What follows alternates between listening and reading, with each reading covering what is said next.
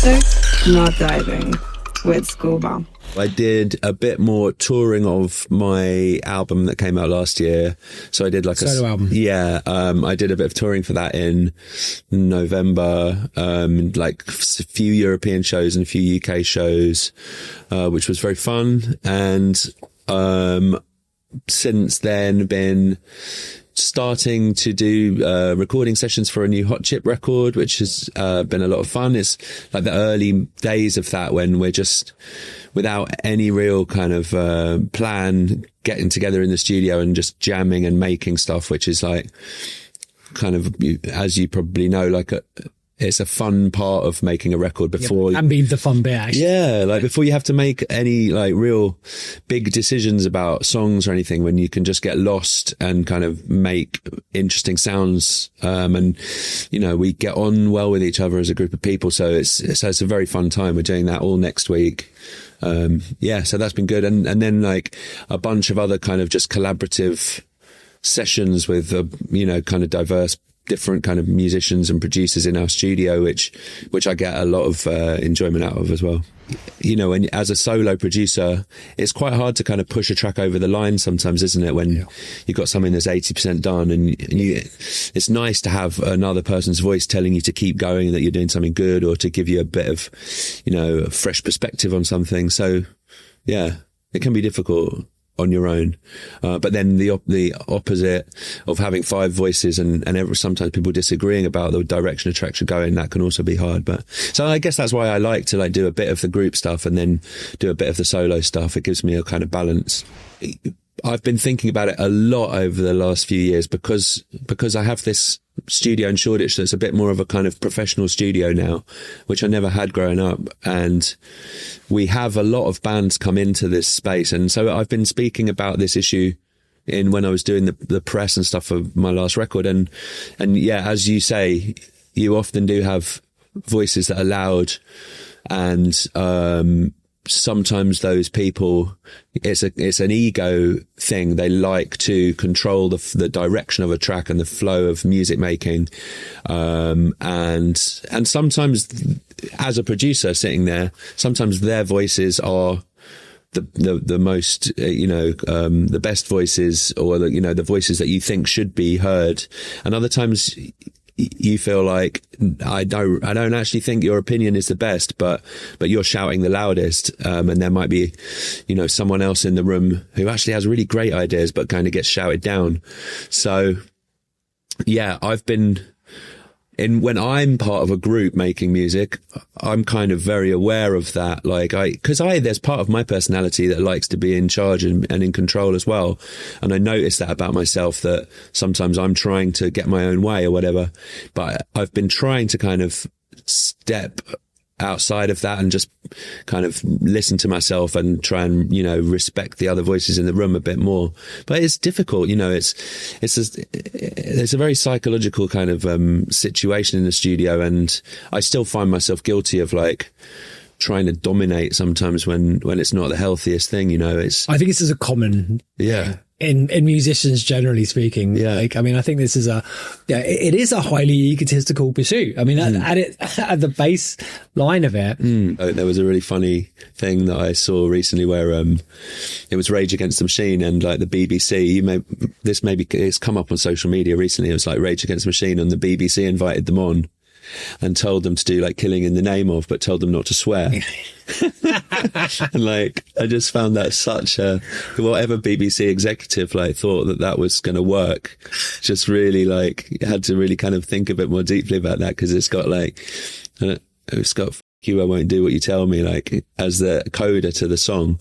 And so the BBC like, okay, we really want you to play this song, but you're not allowed to swear on this program. And clearly, obviously, Zach De La Rocca didn't. Yeah, right. So here's a topical question. Kneecap.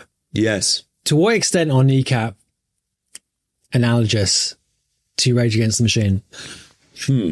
Yeah, well, they're analogous in terms of like, they're clearly a political group, and I very much respect their politics. Yeah. And I respect their bravery in kind of, putting up pro-Palestinian things at Coachella, which is a difficult decision to make at a moment when, you know, they're like obviously on a very exciting journey, kind of, you know, breaking into America or whatever. And they've now kind of put themselves in kind of political hot water by doing that. So it was a brave decision, and it's the kind of thing that Rage Against the Machine would have done. You know, their politics are very like deeply rooted in them, and Tom Morello still talks politics all the time. You know, it's a very serious matter for them, and it's clearly a serious matter for Kneecap. But I have like a lot of respect for their stance on that stuff. Yeah, personally, you had like very like more kind of clearly political acts often. Yeah, and you got obviously a lot of stuff in punk and post-punk times where it's clear kind of left-wing communist or Marxist, like a band like Crass or something, where it was a big part of their DNA to be political. You get, I guess in the last few years, you've had people really embodying and standing up for other causes, more about trans rights and women's rights and things like that. But it's less common for a band to be like overtly political from like a left wing perspective. Yeah. Or, you know, obviously not a kind of right wing, far right perspective. Yeah. I mean, those things have been in the shadows. Yeah. It's slightly different. It at that moment when everyone was just illegally downloading, you know, I just remember the despair amongst a lot of the industry at that moment, and there wasn't really any kind of like, you know, light at the end of the tunnel for a while. You know, people thought that was just going to be it. It was going to be kind of difficult to sell people music anymore in any way.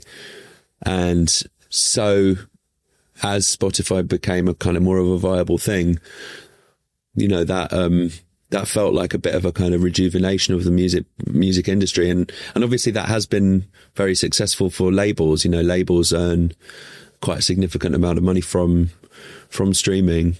Yeah, I actually ran the numbers on this the other day. So the 2024 payouts from Spotify alone, so not the streaming industry, just from Spotify, were adjusted for inflation, basically the same. It's roughly the same amount that was paid to rights holders, so basically labels, by the entirety of the recorded industry in 1999. So it's really big, basically. Yeah. Obviously, yeah. The issue that leads on from that is like the amount of money that labels give to their artists for streams, and I think that's a thing that definitely needs to be kind of you know, improved. Quite massively. But do you have, so let me just on that, do you have a sense that people get better deals now versus 25 years ago? I mean, I'm kind of unaware of like the deals that people are making as new artists. Like, I don't know. I mean, I guess that just depends on how powerful they are as a prospect, as an artist, and what, you know, how they can negotiate the deal. I would say deals are probably not great. Like what's difficult for us in our position as Hot Chip is like a similar thing to what Kieran Hebden went through with his label Domino.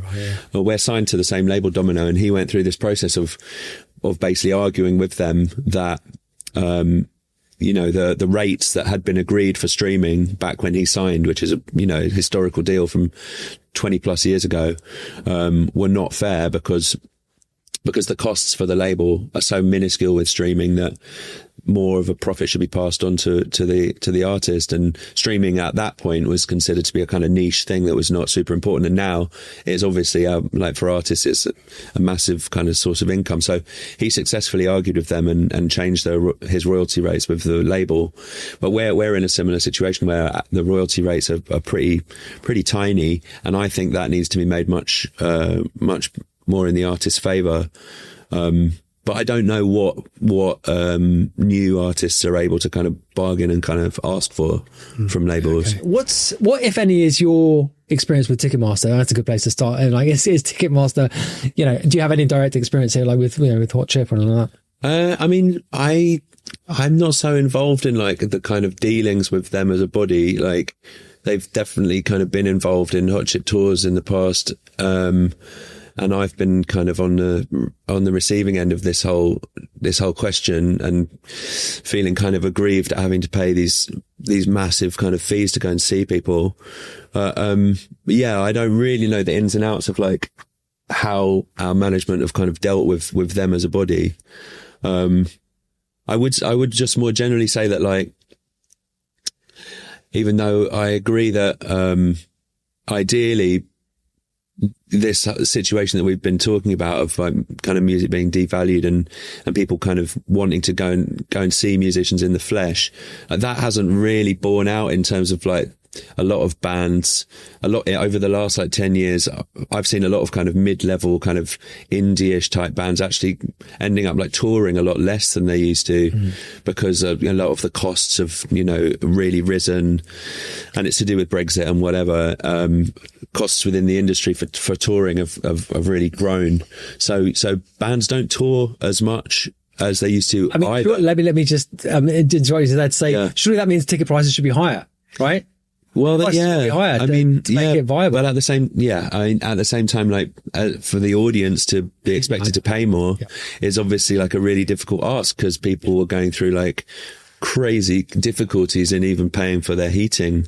That's why kind of, we touched on politics in music earlier, and a thought that's kind of been going around my head a lot is like, I feel like I need to be more active politically, for all of these reasons. Like, we're clearly in this kind of, as Gary Stevenson speaks about, we're clearly being taken for a ride, and it's impacting all of our ability to do all of these things, like just to operate within society as a normal, working class or middle class person, to be able to afford to heat your house and occasionally maybe go and see a band. Like all of these things are just becoming incredibly difficult.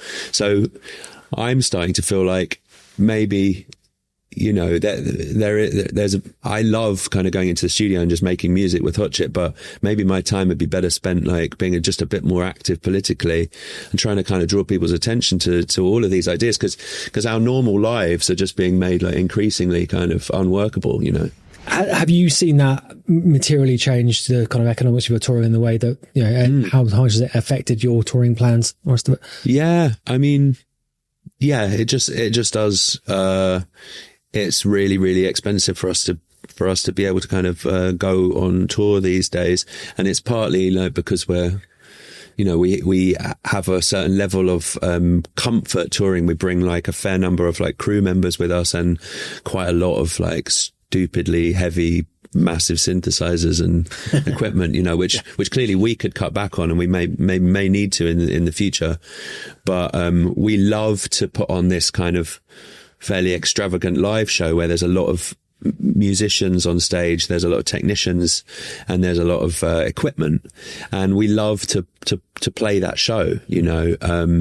It's what we loved about going to see bands when we were younger, and it's something that brings us a lot of joy, like the feeling of being 7 people on stage all playing instruments and playing together in a quite live way with a proper kind of like set of monitors and everything. And we're trying to resist the kind of modern interpretation of a live band of coming on stage with like 2 or 3 people and very little gear. And cutting down on musicians and crew members. But it is, it's really, really difficult economically to make it work sometimes. And it means that the tours tend to be shorter, meaning that, it's harder to secure the crew members, and there's less work for a lot of crew, I think, in this country these days compared to what they used to be kind of 5-10 years ago. Everything is more difficult. Yeah. And it's unfair that all of these costs are passed on to the consumer in terms of ticket prices, but they kind of have to be in a way, because it's not easy it's obviously you have people at the top end of the spectrum like Taylor Swift or whatever absolutely coining it. But there isn't this kind of, working economy for like smaller bands that there used to be when I was growing up at all.